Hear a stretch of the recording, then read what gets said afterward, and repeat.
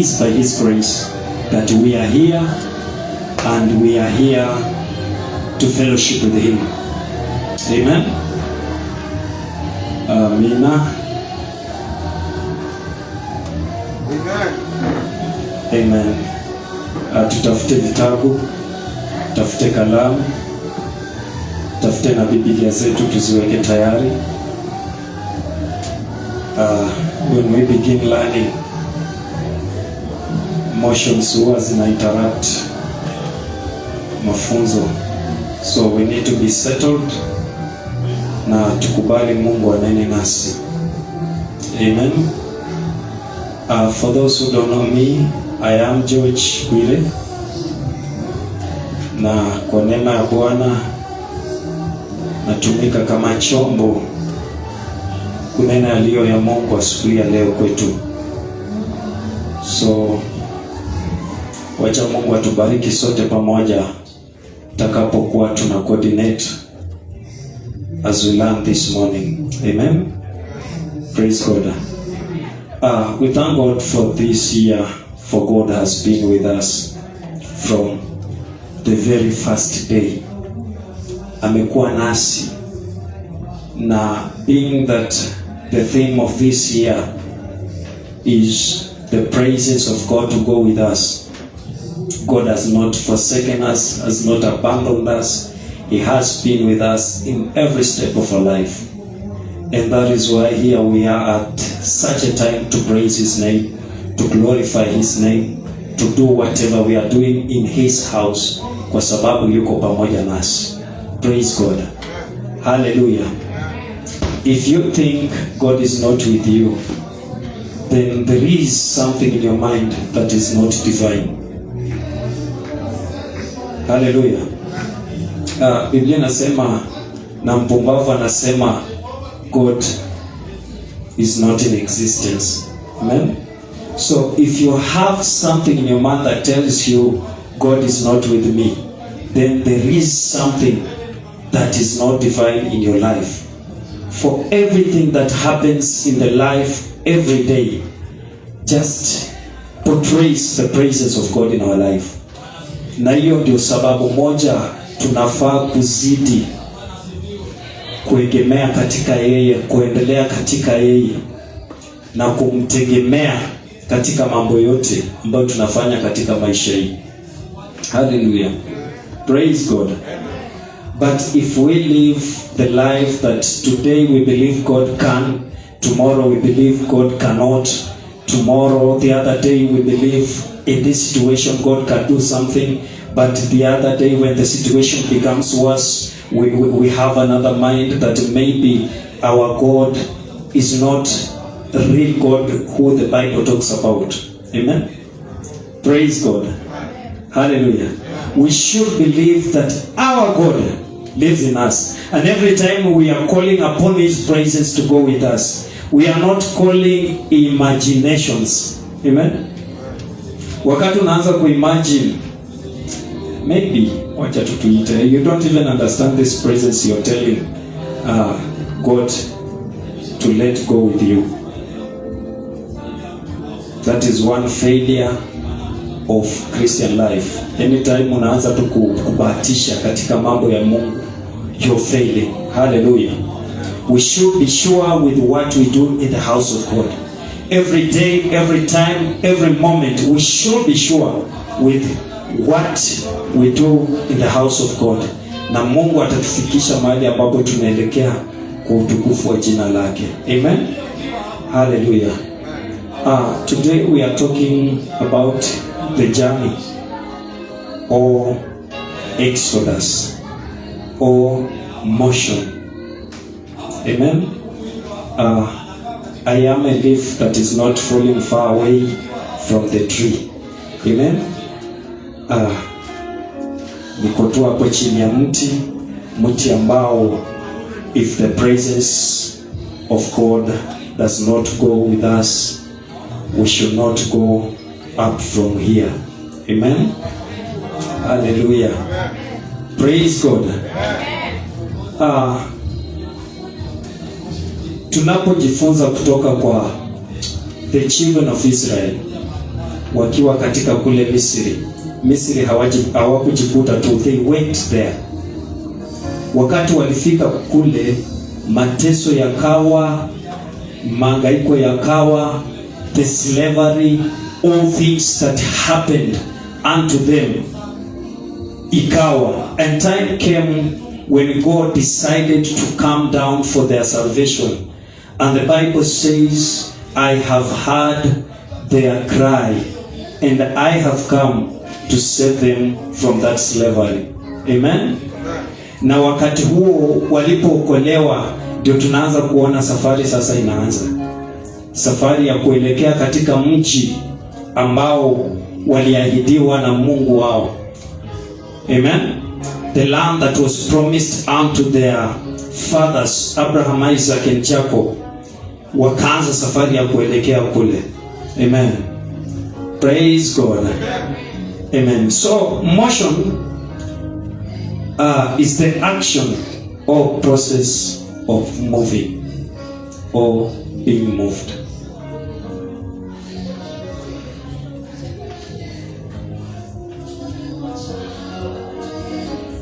We said we are talking about motion, and we are defining motion. Motion is an action or process of moving or being moved. You can say you're moving when there is a step being made, when there is a distance that has been covered, when you have left your position and moved onto another place. That is when you say, I am moving. Amen. Hallelujah. And this journey of salvation is a journey that requires motion.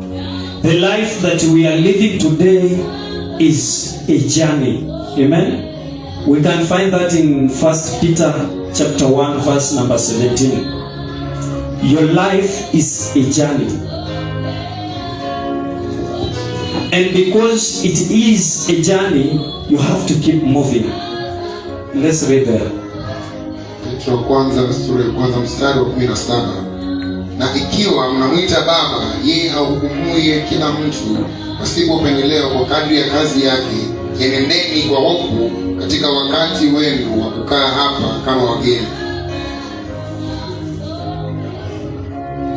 Amen. Let me read kwa Kiingereza.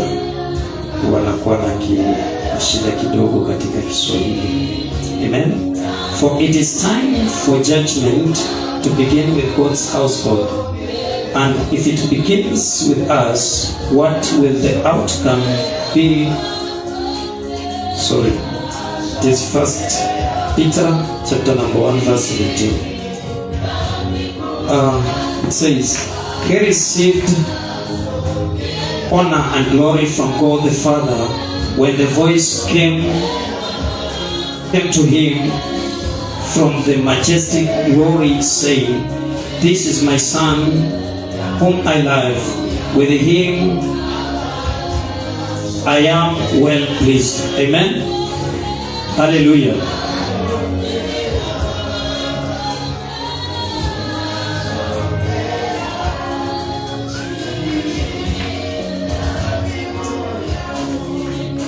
Biblia yangu iko na maneno dogo, I don't see well.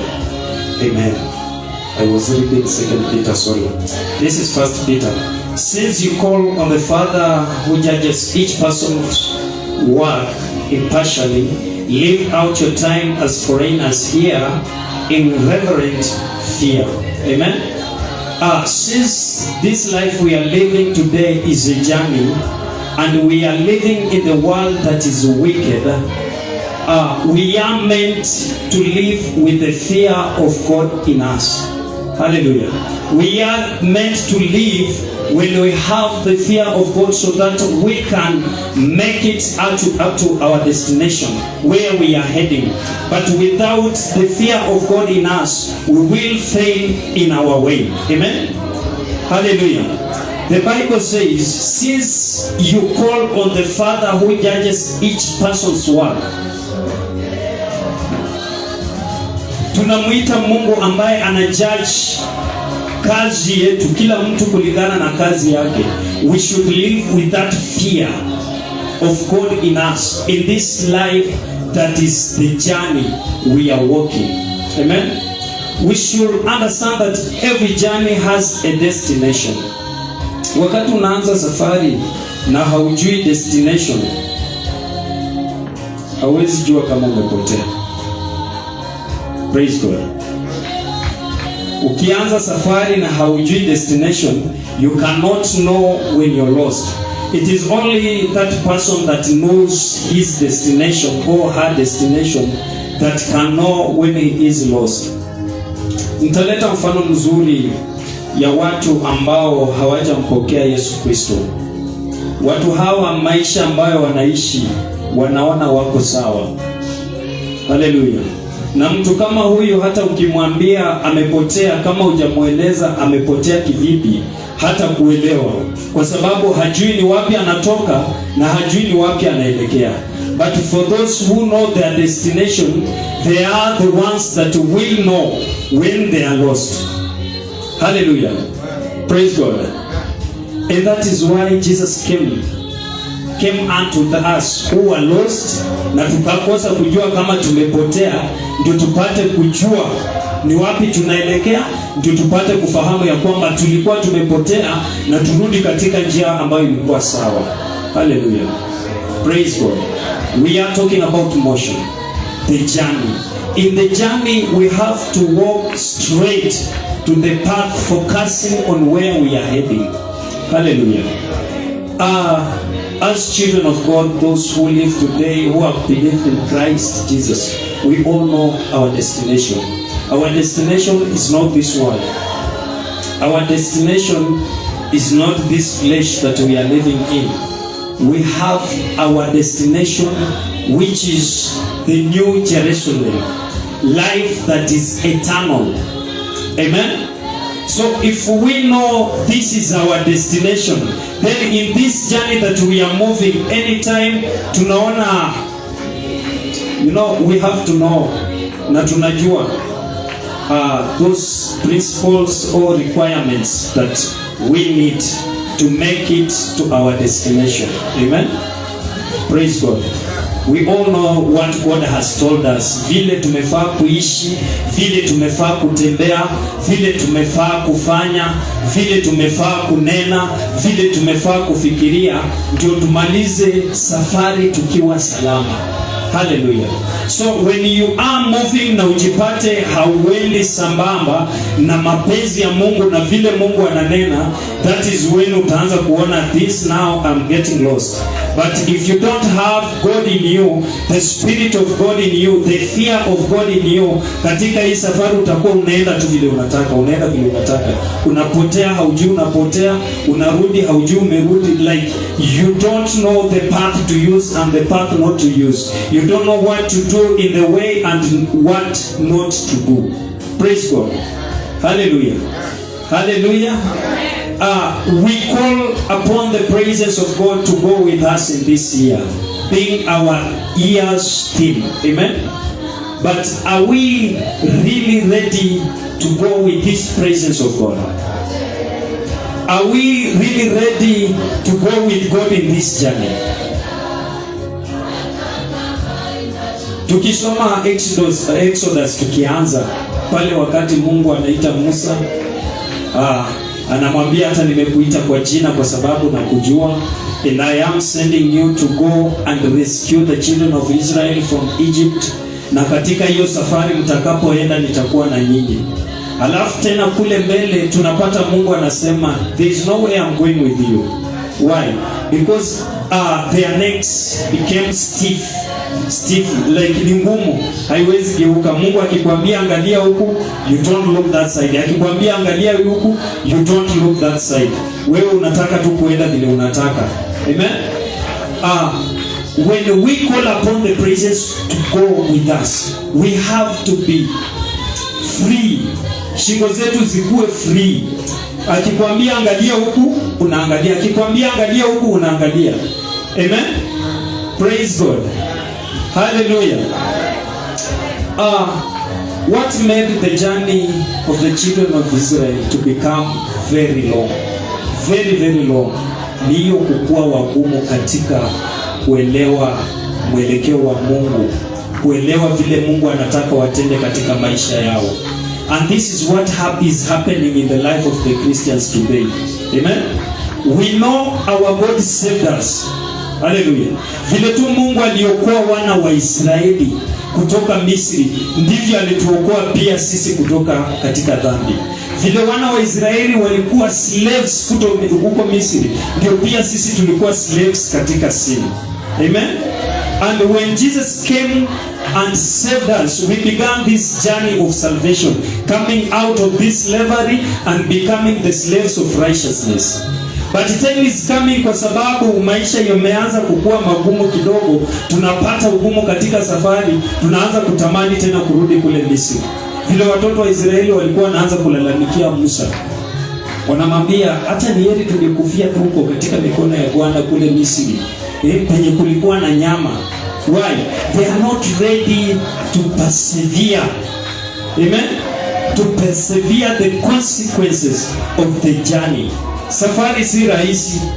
Safari ukienda kuna milima na mabonde, kuna mambo utakutana nayo yatakuzuia kusonga mbele, but you have to persevere and keep moving. You don't have to think about where you came from.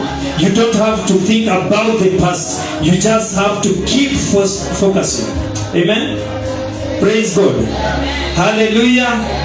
Hallelujah. Another verse that proves our life's journey and we have to keep trusting the Lord is Proverbs chapter number 3, verse 5 and 6. We will not read that. You will read at your own time. Ambayo inasema we should trust in the Lord with all our hearts and He will make your paths straight. Amen. When we do not trust in the Lord, when we do not believe in the Lord, our paths might have a lot of difficulties ambayo hatutawezeshwa kuenda peke yetu. Lakini tukiamini katika Bwana, ilivyoandikwa katika Mithali 3:5-6, ya kwamba tukimwamini katika yeye njia zetu atazinyoosha. Amen. Hallelujah. Na Mungu anapokuweka katika safari ya kuambia you have to use this route, He has a reason as to why you have to use that route. The problem with the children of God is that we look at the things with the mortal eyes and we fail to understand the will of God in our lives. Na ndio sababu unapata safari imekuwa ngumu, tumetoa jasho mingi na hakuna kazi tunafanya, because we are trying to fight with the will of God in our lives. We are trying to fight with the purpose of God in our lives. In this motion, in this journey of salvation, we have to trust in our Lord. For the Lord is the beginning and He is the end. He knows where we began from. He knows our destination. He has a purpose for our life. But if we don't trust in Him, ndio sababu utapata tukikutana na mawe kidogo tunajigonga, tunaanguka. Tukikutana na kitu kidogo tunajigonga, tunaanguka. Kwa mfano, kusengenya ni kitu imefanya mtu uache wokovu.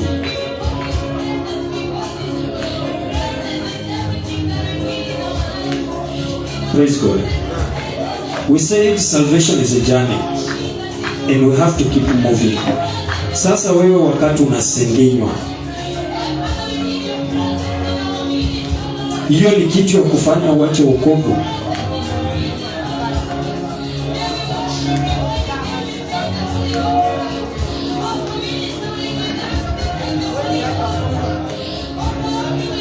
Endinio, watu wa Mungu, makosa mengi huwa tunafanya ni kwamba huwa tunaokoka tukiwa kanisa, alafu tukiwa huko nje tunakuwa watu wengine tofauti. And this is how we are feeling in this journey. But we think the presence of God, we have to be with it when we are in the church. In the church, pastor alisema hata kunguni ikianguka kwa shati unaitoa unaiweka chini inaenda. Lakini ukiwa kwa nyumba unaifinya unaiua. Kwa sababu gani? Hapa kwa church uko mtakatifu. Amen. This is how we are failing. Nakumbuka Bishop pastor kutoka Mombasa alikuja hapa akaita mwalimu na mzazi kuuliza kuhusu watoto wao. Upate mtoto wako anatembea na mtu anavuta bangi, utafanya nini?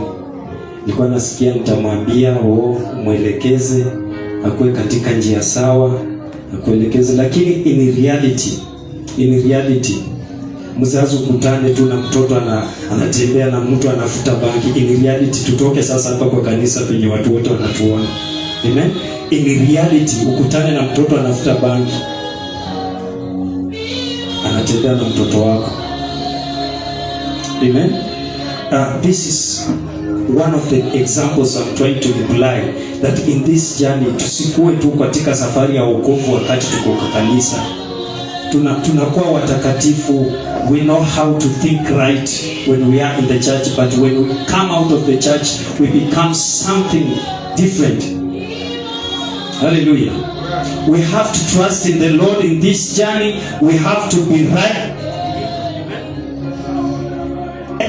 We have to be right with Him in everything that we do. Ndio safari tutafika mahali.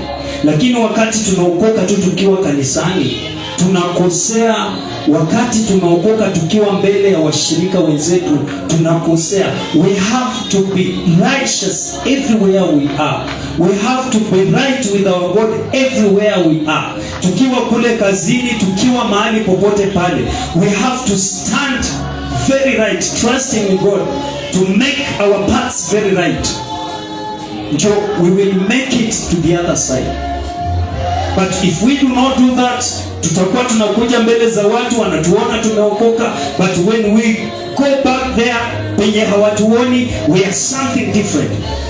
And this is why our God is speaking unto us through the scriptures, that they have spoken with their mouths. They say how much they love me, but inside of their hearts there is no love. Amen. Hallelujah. Our necks are stiff. We are focusing onto this world. Tuna focus katika watu ambao tunaona. Tumejifunza mafunzo ya watu wa ulimwengu. Hatutaki kufanya mambo ambayo Mungu anataka ndani yetu. Katika safari hii hatutoboi. Amen. Hallelujah.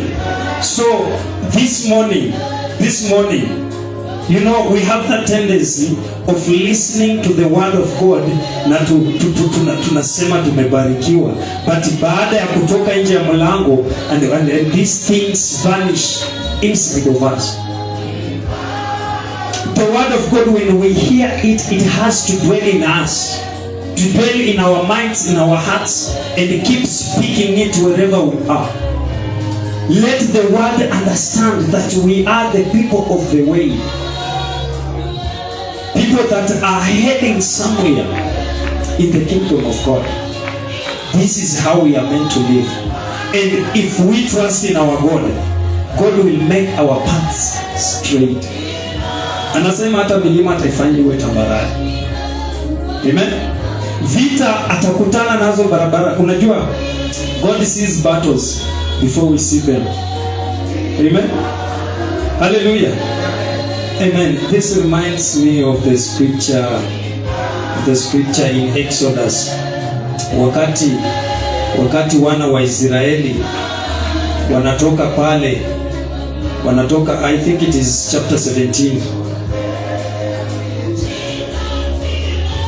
Tutasoma hapo Fidel.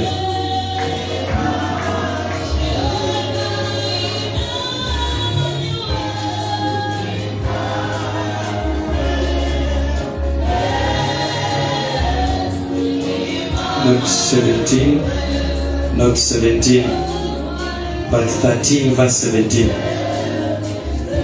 Kutoka 13 mstari wa 17 unasema hivi: Ilikuwa hapo Farao alipokwisha kuachana watu hao waende zao, Mungu hakuwaongoza kwa njia ya nchi ya Wafilisti, ijapokuwa ilikuwa ni ya karibu.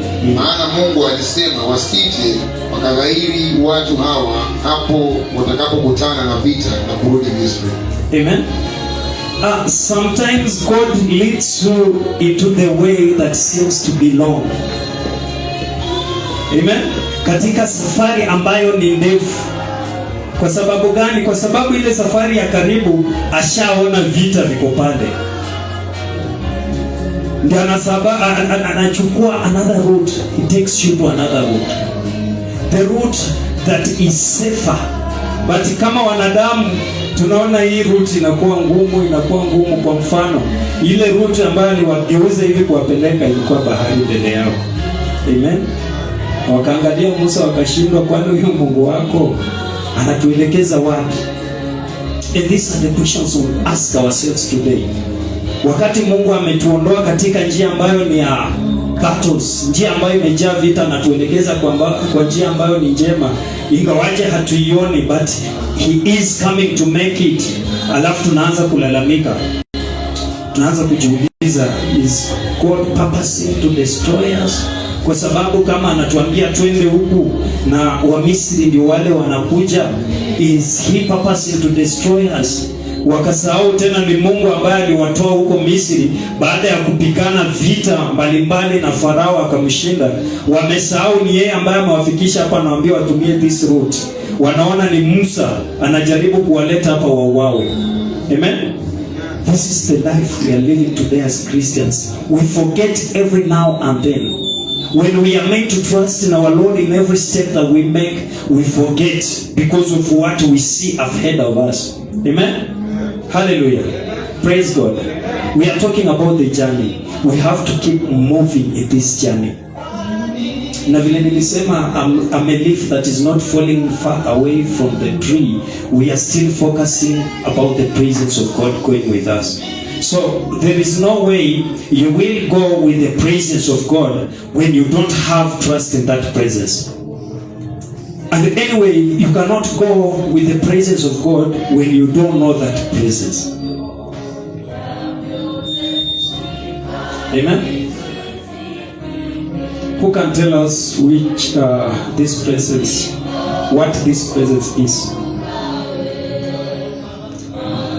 Uwepo ambao uko katika Exodus 33 verse 15. If the presence go not with me, carry us not up hence. What is this presence?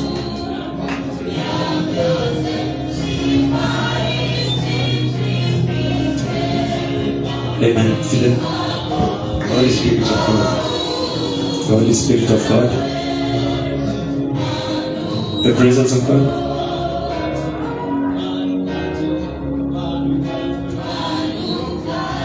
Amen.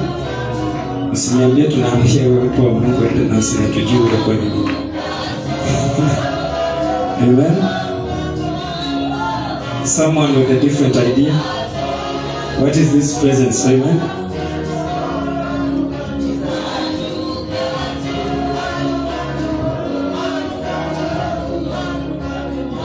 Uwepo wa Mungu, from what we read in the book of Exodus chapter 33 verse 15, ilikuwa ni wingu, lakini mtumishi wa Mungu pia alifafanua zaidi, ikajulikana kwamba ile wingu ilikuwa ni Yesu Kristo. So mimi nasema ni Yesu Kristo. Amen. Amen. Anyone with a different idea? Amen, Pastor. Praise Jesus. Amen. Praise God. Amen. Wanafunzi wa Yesu walipoambiwa waende Yerusalemu wakangoje Roho Mtakatifu. Walipokuwa Yerusalemu, Roho Mtakatifu aliwashukia. So mimi nasema kwa saa hii Roho Mtakatifu ndiye anatuongoza. Amen. Praise God. Amen. I think that helps us, some of us ambao tulikuwa tunaita tu uwepo wa Mungu lakini hatujui tunaita nini. Unajua inakuwa very bad. Ni kama kwenda kwa msitu kuwinda. kitambo nilikuwa nikiwinda ndege tukichoma tukikula. Umeenda kuwinda, uko na jiwe mkononi, alafu unaona ndege msituni kidogo hivi anaingia ndani ya kichaka, alafu wewe unachukua hii mawe unarusha uko ndani ya kichaka, but you're not sure where that bird is. Amen. That is a very big mistake that we are doing as the children of God. Tunabahatisha, and this is why things are not happening in our lives. We are not sure of what we are doing in the house of God. It is very bad that we are calling upon the presence of God, but we don't know this presence. We are telling the presence of God to go with us, but we don't know how that presence can go with us. Amen?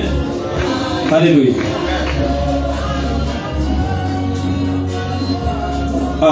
From what we've heard, the answers that we've received, tumepata ya kwamba uwepo wa Mungu ni Yesu Kristo, uwepo wa Mungu ni Roho Mtakatifu.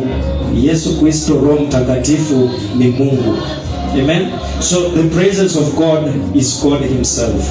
Hallelujah.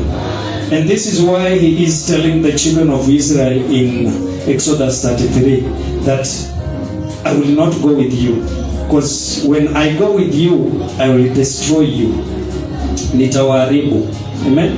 So when we call upon the presence of God in this journey, we have to be sure that when he go with us, he will not destroy us. Kwa sababu tukienda na yeye atuharibu. Amen. That is very bad. When we go with the presence of God, it has to lead us into the right path. It has to lead us up to our destination. But if we don't submit, if we don't accept this presence, this God to take control of this journey, hatutafaulu. We will break in the way. Praise God. Hallelujah. We have to let the presence, we have to trust in God. We have to trust in him. Kama vile Joshua alisema, mimi na nyumba yangu nitamtumikia Bwana. And we have seen great things that God was doing to the children of Israel through Joshua, winning battles, overcoming, taking over the cities. Amen. This is how we are meant to be living today. We are meant to dominate every land that we step in when we have that presence in us. Praise God. Hallelujah. Hallelujah. Amen. Let's know the reasons of the motion, or the reasons why the journey is there, the reasons we can move from this place to another. Amen. And as I said, we will have more examples from the children of Israel wakitoka katika Misri. Pastor told us that this journey of the children of Israel from Egypt is an implication of what salvation today is. Inaonyesha tu wokovu wa leo ulivyo. So that is where we will have a much focus. Exodus chapter number 3 verse 7. That is where we find our first reason of motion. Amen. Kutoka 3 mstari wa 7 inasema hivi. Bwana akasema, hakika nimeyaona mateso ya watu wangu walioko Misri, nami nimekisikia kilio chao kwa sababu ya wasimamizi wao, maana nayajua maumivu yao. Amen. When we read the verses before that and the chapters before that, we find that the children of Israel kule Misri, tunajua walipelekwa kule na Yosefu. Ikafika wakati Joseph akafa, na yule mfalme ambao alikuwa anatambua Yosefu naye akafa. Kukakuja na mfalme mwingine ambaye hakuwa na recognize kazi ambayo Joseph alifanya pale.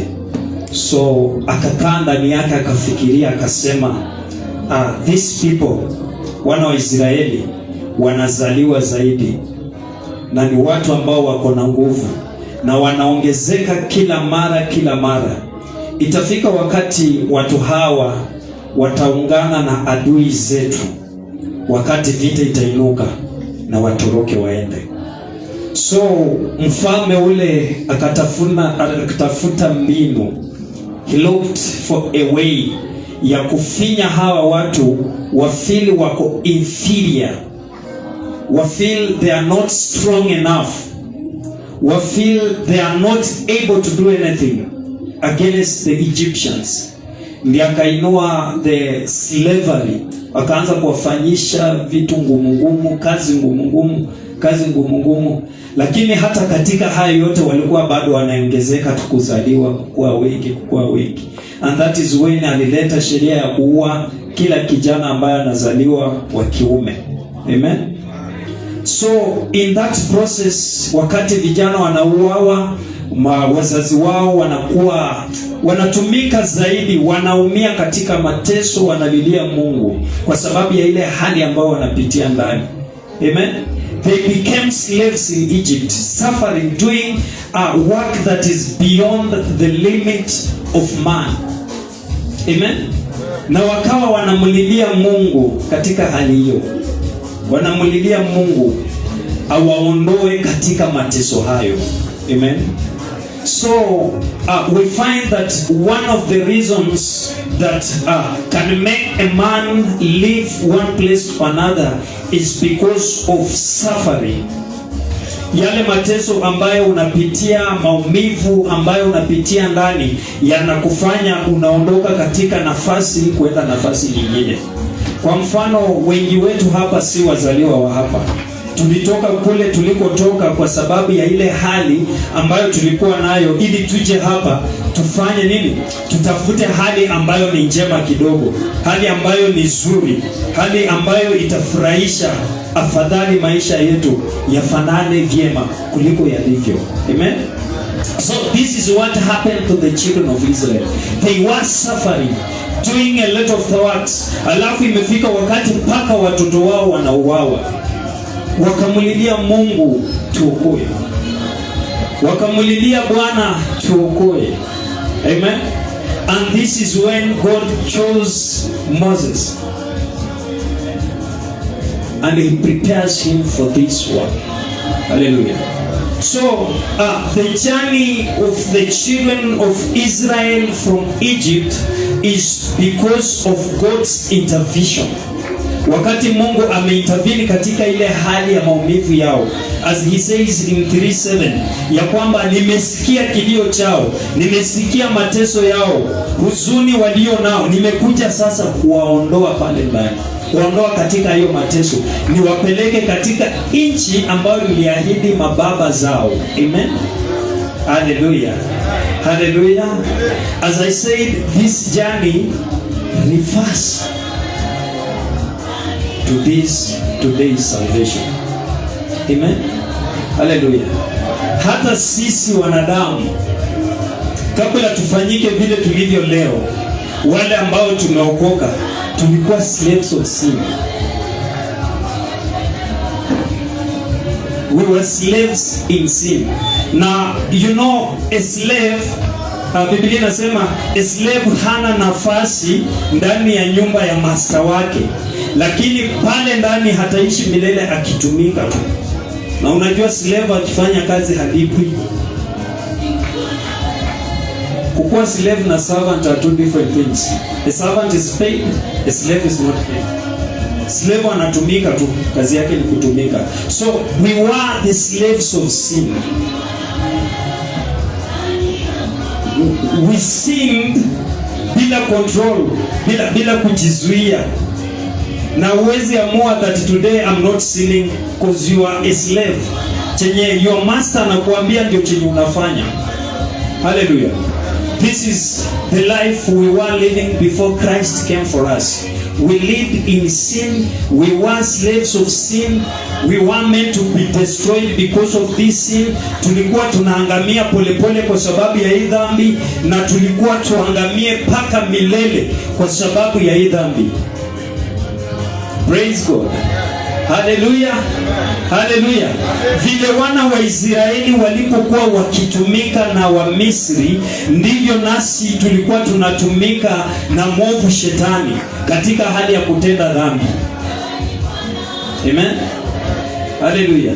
When you are a slave, you don't make decisions for your own.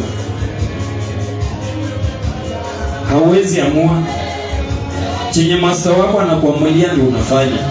So shetani anaamulia wale watu ambao hawajampokea Yesu Kristo kutenda dhambi, na wanatenda kila mara, wanatumika kama kitambaa na wapanguzia uso, wanatupa huko. These are the people who have not received Christ Jesus.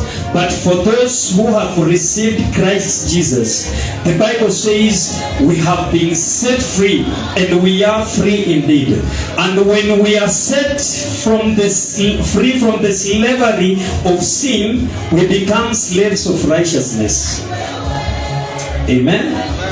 Hallelujah. So righteousness is not an option unto those who have been set free from the slavery of sin. Amen. Roho wa Mungu atusaidie tuelewe hili. Watu wa Mungu, sisi waliookolewa, walioamini katika Yesu Kristo, hatuna option nyingine ila kutenda tu utakatifu ndani yetu, to be righteous. Hallelujah. We are meant to live life that is precious, life that pleases our God, life that is righteous. That is our mandate right now. We have no option about that. So if you are sinning and you are born again, na haupati kuelewa ya kwamba umetenda dhambi, then there is a possibility that you are still a slave of sin. And there is a possibility that you are not saved. And there is a possibility that in this journey you're not walking with God. And there is a possibility that there is no presence of God in you. Na hiyo presence ikijaribu kukuja tu karibu na wewe, itakuharibu. Hallelujah. Praise God. Hallelujah. This is the truth that we should know as the children of God.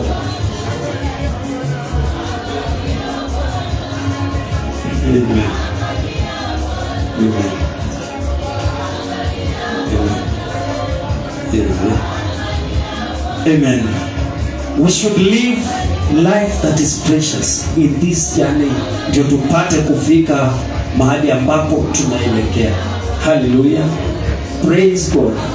We should prepare our hearts for the presence of God to dwell in us, ndio tupate kuelekea mahali ambapo Mungu anataka tuelekee.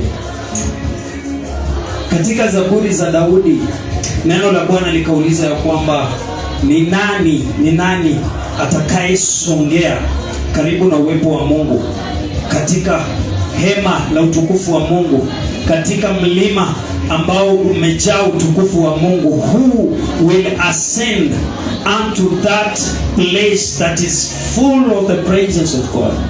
It is only those who are pure in their hearts that will ascend the praises of God.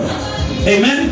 So if our hearts today are not pure, there is much possibility that the praises that we are calling upon to go with us in this journey will not go with us. Because our hearts are not ready to carry these praises. Our bodies are not ready to carry these praises. The Bible says in the epistles of Paul to Corinthians, ya kwamba, do you not know that your bodies are the temple of the Holy Spirit? Amen. And we have to keep them holy. We have to keep them holy for the praises of God to dwell in us. Amen. When we call upon the praises of God to dwell in us, we have to make sure that inside of us there is holiness. Hallelujah. Praise Him. Lazima tujitoe sisi wenyewe, tujikubali katika safari hii ya kwamba we can only make it when we have God in us. We have to accept that everything we do, we can do it when we have the praises of God in it. And we have to make ourselves right. We have to make ourselves righteous so that the praises of God can have a place in us. We should not just call the praises of God in vain, because when we are not right with God, the praises will not come with us, unless we want to be destroyed. Praise God. Praise God. Amen. Time imetuacha. So amen. Some of the things that we encounter as we keep moving in the journey, vitu ambazo lazima tukutane nazo katika safari. One of the things that we must encounter is the battles. Ni vita. Wapendwa, vita.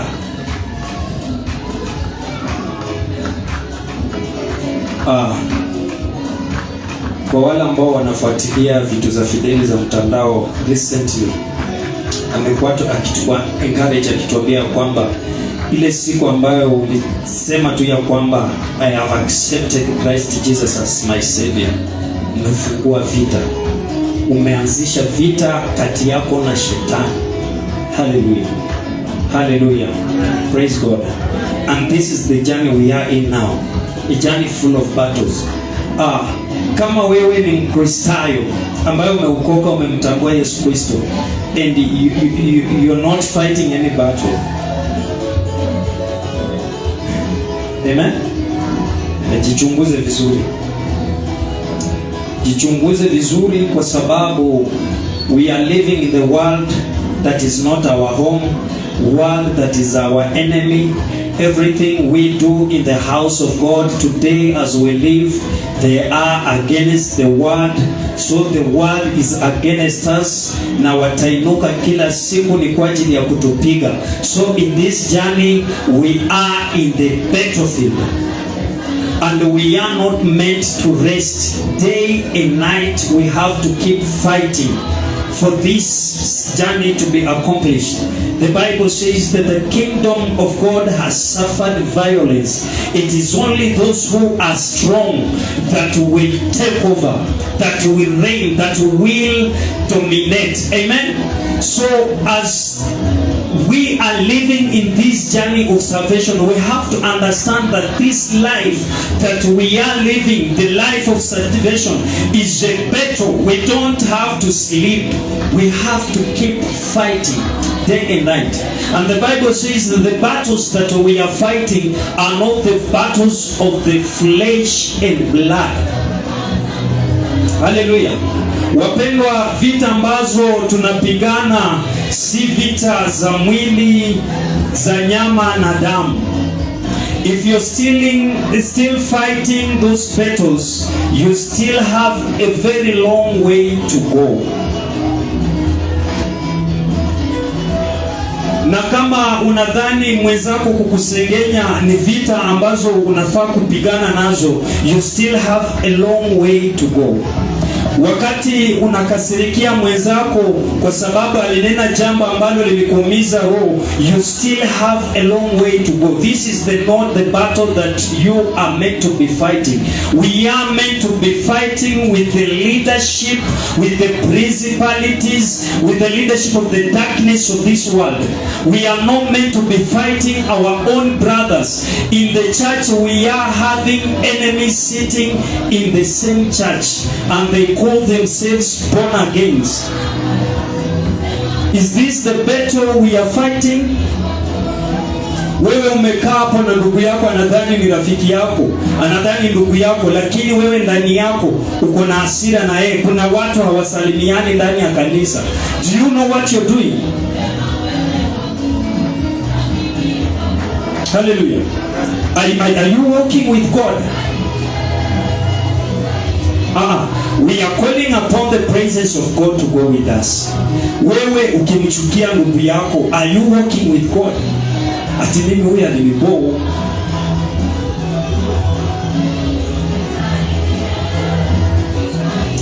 Amen. Tunafanya watumishi wa Mungu wanahubiri injili ya Sunday school kila siku. Ati usimchukie mwenzako, umpende jirani. Hiyo ni injili ya kuhubiri tukijuhudia kweli? It is because we are not ready to go with the presence of God. We are not ready to renew our minds, to transform ourselves, to live the life that pleases God. We keep complaining day and night, like the children of Israel, complaining to Moses every now and then.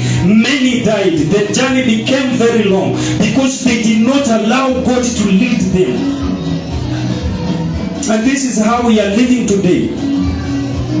Tumeokoka, hatujaokoka, hatujui tumeokoka ama hatujaokoka. What are we? The Bible says we should not be lukewarm. We should be either hot or cold.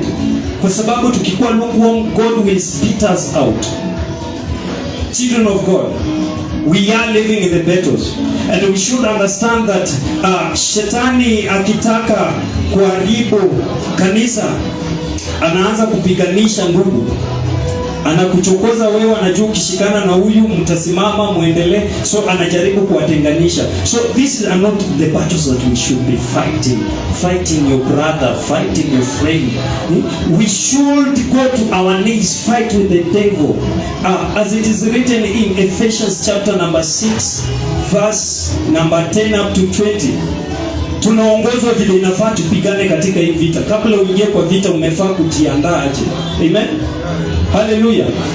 So we should focus not unto our brothers as our enemies. We all know that God made us all, and He looked at us and said we are good. Amen. We were all made in His image. There is no way God will make us in His own image and make us enemies again.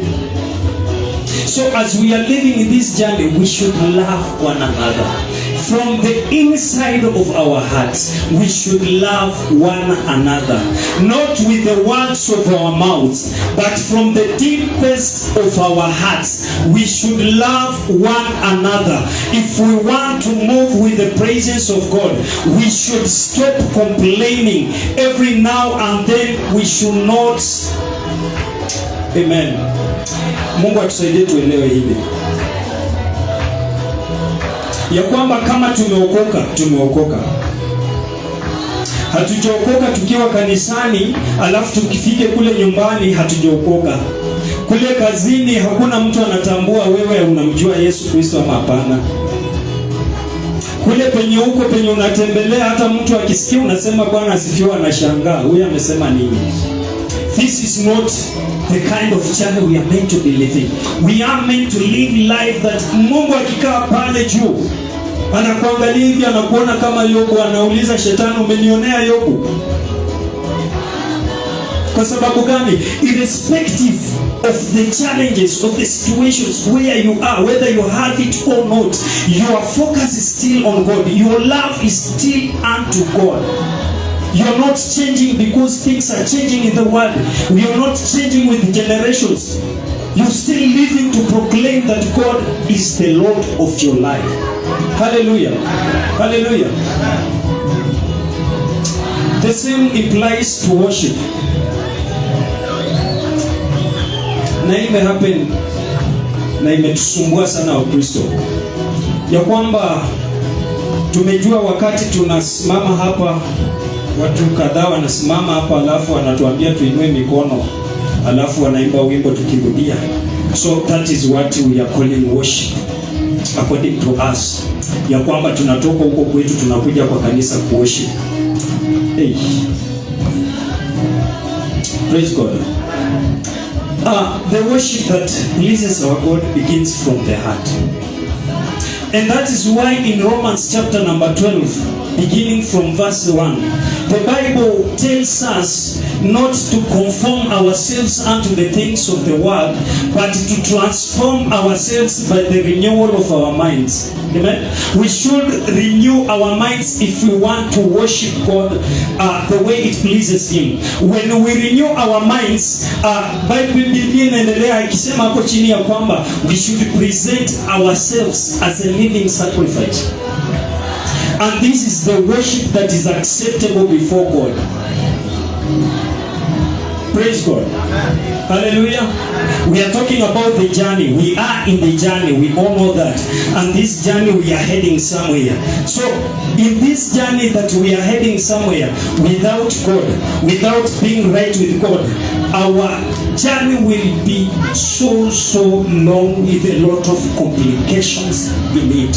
But if we just allow God to take over, if we present ourselves wholly before God, withholding nothing in us, we shall make it to the other end. Amen. So worship begins from the heart,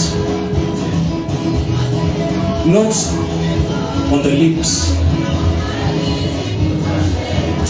If you sing a very powerful and emotional song that breaks every person into tears, that is not an implication that you're now worshiping in truth and spirit, that you are now worshiping in a way that is pleasing God.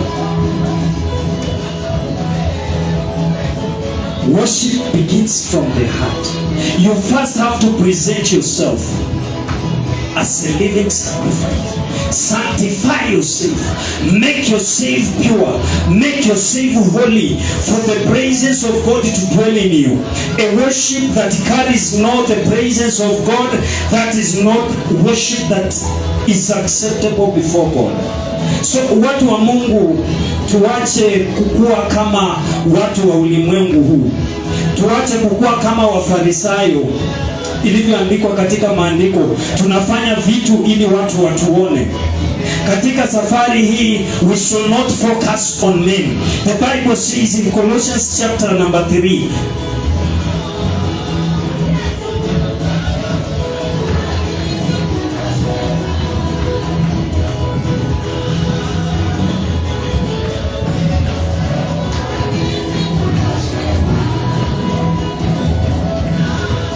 amen, that since then you have been raised with Christ, set your hearts on things above, where Christ is, seated at the right hand of God. We have to raise our focus unto the things of God. Hallelujah. Hallelujah. Praise God, your people. Sisi watu ambao tumeokoka, watu ambao Tent of Jesus tumeita uwepo wa Mungu uende na sisi, watu ambao tunataka safari hii tuendelee na Mungu, watu ambao tunaona tumekubali ya kwamba bila Mungu hatutaweza. We should not joke with God. Mungu si mwanadamu. The Bible calls him in Hebrews, I believe it's chapter number 13, ya kwamba he is a consuming fire. Amen. Chapter number 12 verse 29. He is consuming fire, and he consumes the wicked. So anytime righteousness is not in you, wickedness is in you, you will be consumed. If we want to go with the presence of God in this journey, we should let ourselves right. Tukubali tu uwepo huu. Tujifanye tuwe tayari kwa sababu ya uwepo huu. Tuache kubahatisha.